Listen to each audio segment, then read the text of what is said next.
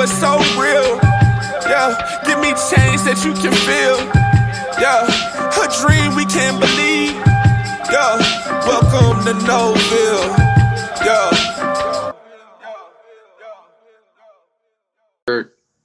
Preschool and kindergarten those are the most definitive ages of how your growth is going to be, and there's some kids that come in and they can barely correlate sentences or talk, and they're at a very, not a learning disability. Their parents, just for whatever reason, did not read to them, and reading to your kids. I mean, kids at that age are sponges.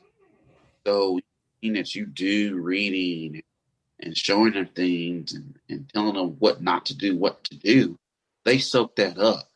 So it was very important at that age to do that. And I think that's another reason why I'm wanting to do that, because, helping my sister out in her classes and just being around little kids, especially in urban communities, you can see that disadvantage. So hopefully these books will help in that as well.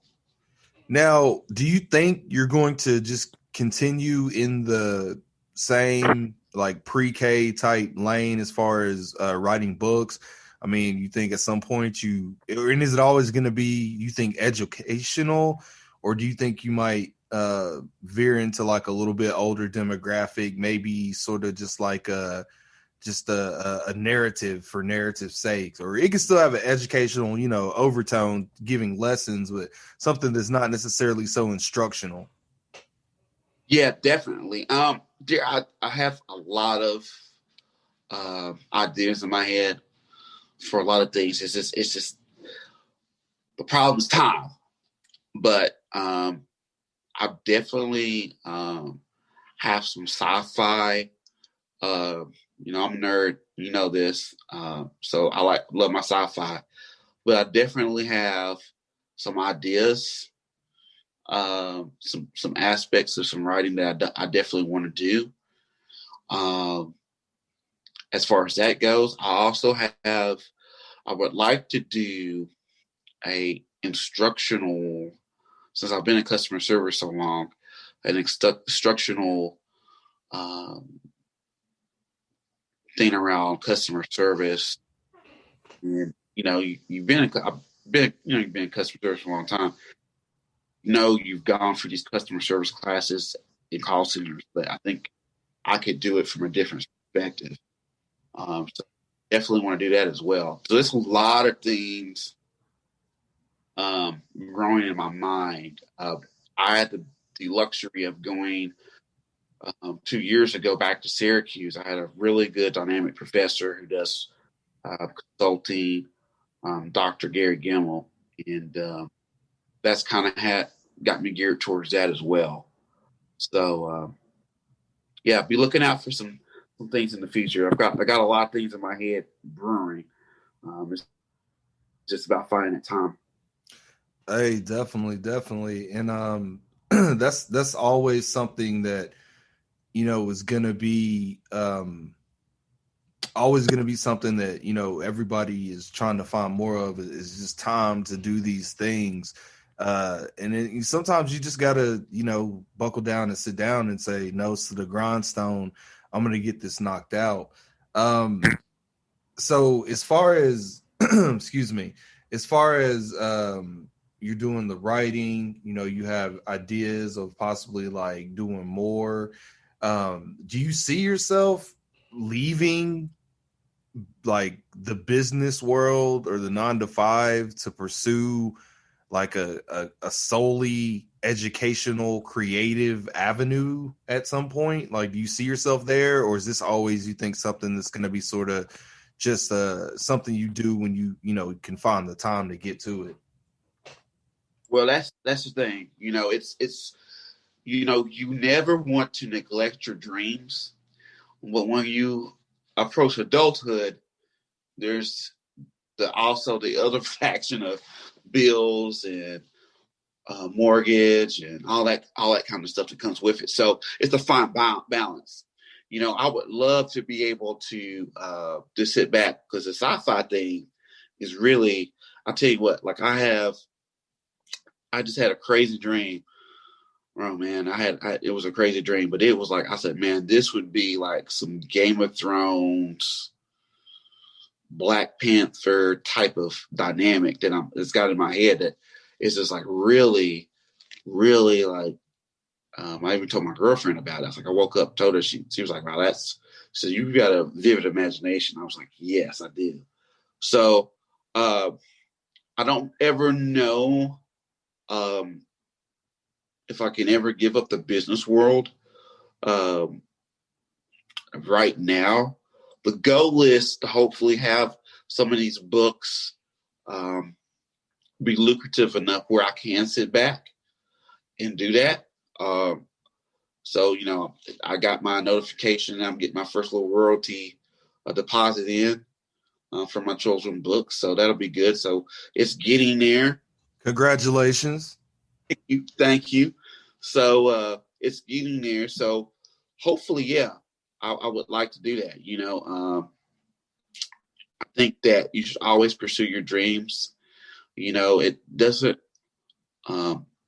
never be scared to fail.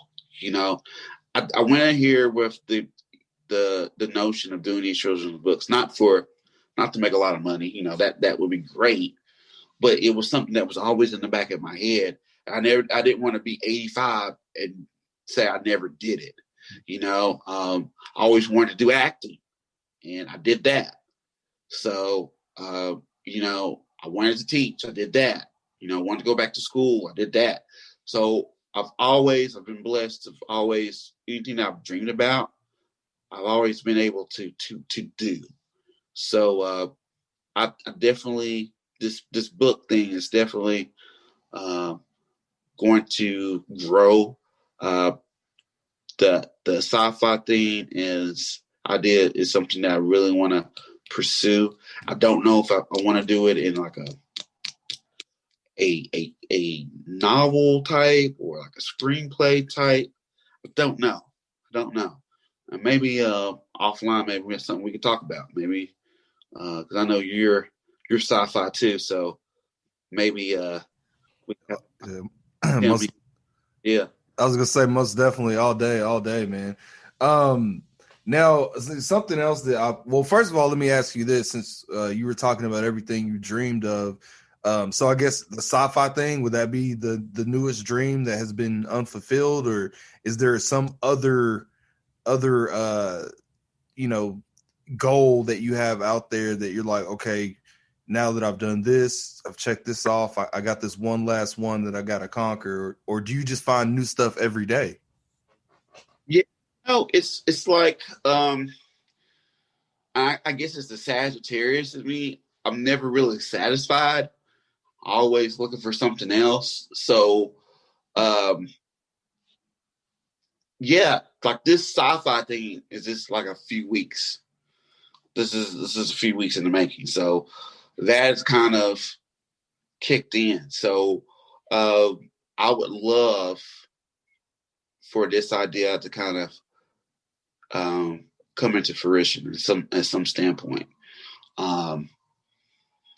Just from the dream to reality would be awesome. So yeah, I've accomplished pretty much everything I've set my mind to. And with my mind, man, there's always something new, something else that I want to do. It's funny because the acting thing, I was like, I always want to do acting, but I'm in Knoxville. It's never going to happen. I'm not going to go to California. I'm not going to do that. And it was actually, I was in between jobs, just off story real quick, and I was at the bar. The bartender I knew there was say, hey, do you know this guy? I can't remember his name right now, but there was a show. God, what's the name of that show that shot here? Murder or something, but it shot Knoxville. I didn't know we had a studio that shot this TV show in Knoxville. Is it like on the ID channel or something like that? Yes. What's the name of that show? But I can't remember it. But he was the lead actor, and I was like, I want to do that. Yeah. Give me your information. So he gave me the information, hit the little college agent girl up, and before I knew it, I thought I was going to have a little role, I thought I was going to be a detective, and ended up being the lead detective in the show. So I knocked that off. So, but yeah, this sci-fi thing, getting back to that, it's something like that. I feel like it's something that's kind of in my mind, like the acting, that I just feel like I feel like it could be something really big, like a Netflix type. Like it's the way I feel like it should be like a series. I don't know if I need to. I'm just thinking out this out loud right now. Right. I don't know if it should be like to do it like as a novel and it turns into a series, or go series. Again, we'll talk. You let me know what you think. All right, man. We'll definitely have to have that conversation. And I know you were talking about being a teacher as well, and that's something that was important to you. How did you get into the teaching field, like being an actual college, teacher at the collegiate level? And I'm a very religious person. I think God just kind of puts stuff in your pathway, and I think it happens to a lot of people. But some people, I guess, are hesitant to take it, and I'm just like, no, let's do it. I'm never scared to fail, right? So I'll tell you what happened with the school thing. I was like, man, I want to teach. I want to teach business class. Got my MBA. I want to teach. It's something that I really want to do. And I knew growing up with two parents that are teachers, I knew I wanted to teach, but I really didn't want to teach like kids, like little kids. I just didn't want to do that. I remember helping my sister out teaching. I think I was still, God, I must have been about 19, 20 at the time. So I was still like in school, trying to figure out what I wanted to do, type of thing. And I was like, man, this teacher is not that bad. And when I think it was like first grade, and I was walking around helping them with their little homework or whatever. And one of the kids said, Ray, I pottied on myself. And I was like, oh, nope, too young, can't teach these classes. Nope, I need an older class. This is cool, but I don't like that. All right. So I figured that,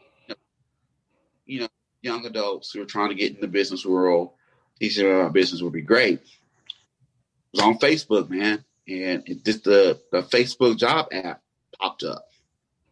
I guess it was just in the beta stage, so it had a little icon on it. So I just clicked it to see what it was. And East Tennessee State University had opened up a campus in Spreaker, and they were looking for somebody to teach one of their business management classes. It was on Facebook, just boom. So I sent the resume over. They contacted me. The head little dean there contacted me, wanted me to come out to the campus in Spreaker. Went out to the campus, and it was one of those interviews that you kind of thought you had it, because I was in the interview and the dean for the main campus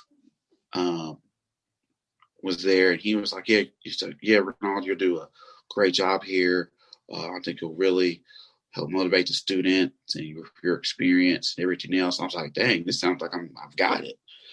So I left there and took a tour of the campus or whatever, and left there. And 2 days later, I got the job. So it was an experience. I think working in call centers and being in a supervisor role and doing training helped me because I wasn't nervous about being in front of the class. And the hardest thing was just the material. Just read the textbook, setting my PowerPoints up and getting that down. So I've been teaching in the fall. This is the first semester. I've been doing it for 3 years. This past fall was the first semester I didn't teach. And that was just because of COVID. They just didn't have the student population because of COVID and doing everything online. I didn't get to teach this last semester, but I really like teaching as well.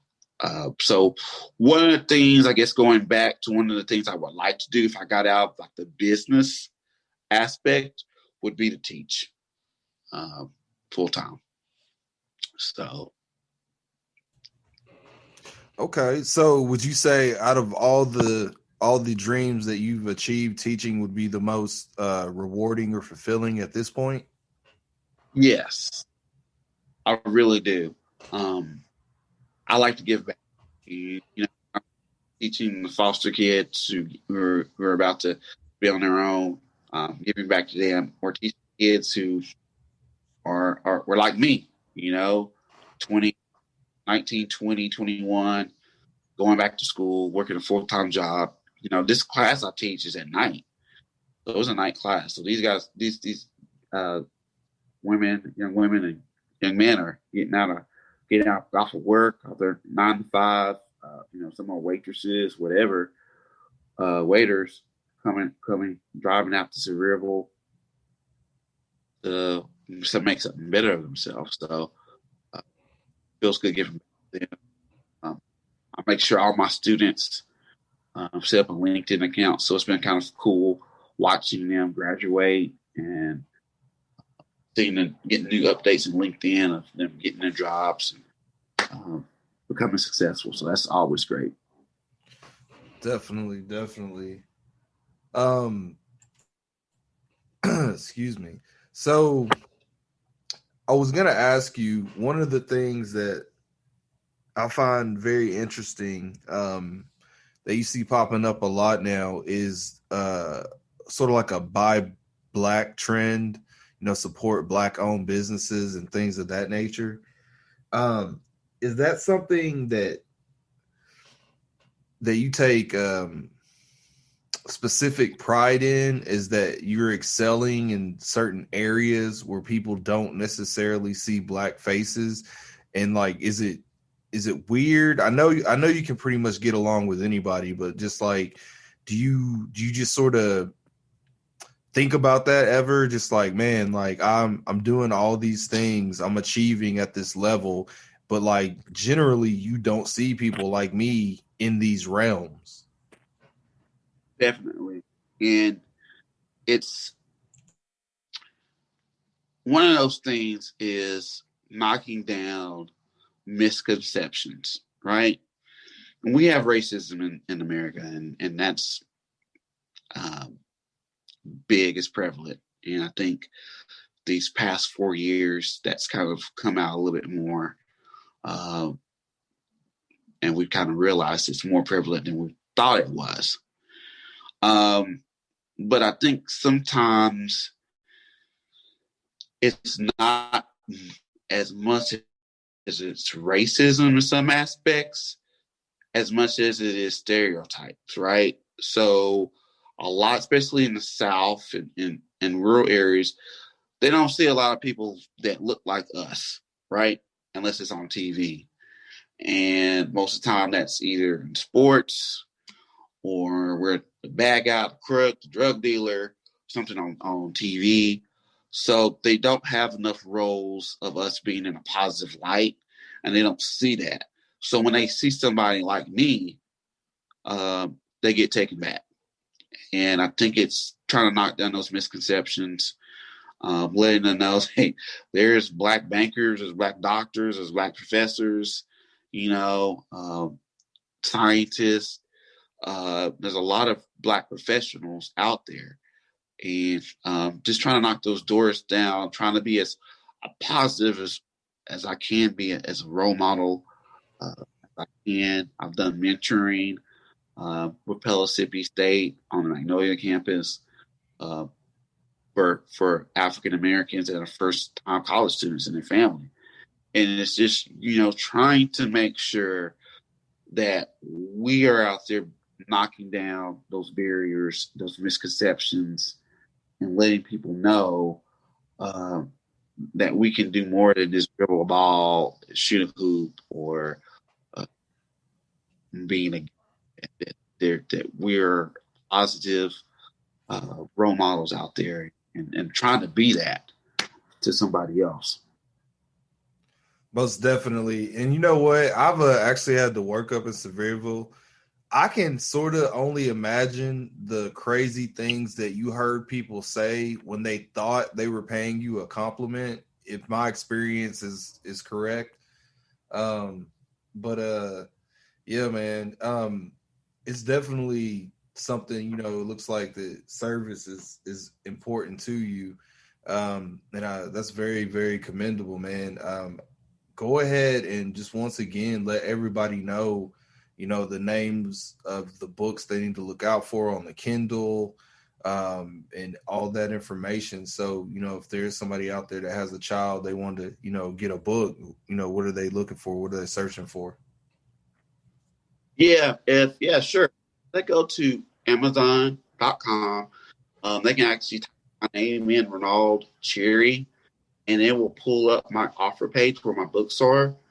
Um, my first title of my book is Mommy Said, um, Pick My Toys Up. That's one. And then the other one is Mommy Said, It's time for bed.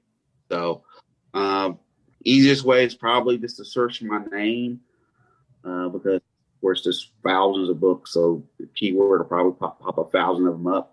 But if you just type in my name, Raynauld, space CHERRY into Amazon, my books will pop up. I also have a Facebook page as well with the links to my books as well on there too. All right. I do appreciate your time and thank you for speaking with our audience tonight. Before I go ahead and let you go, is there any message you want to leave us with or any final words? Just keep striving. Never uh, stop dreaming and never stop believing.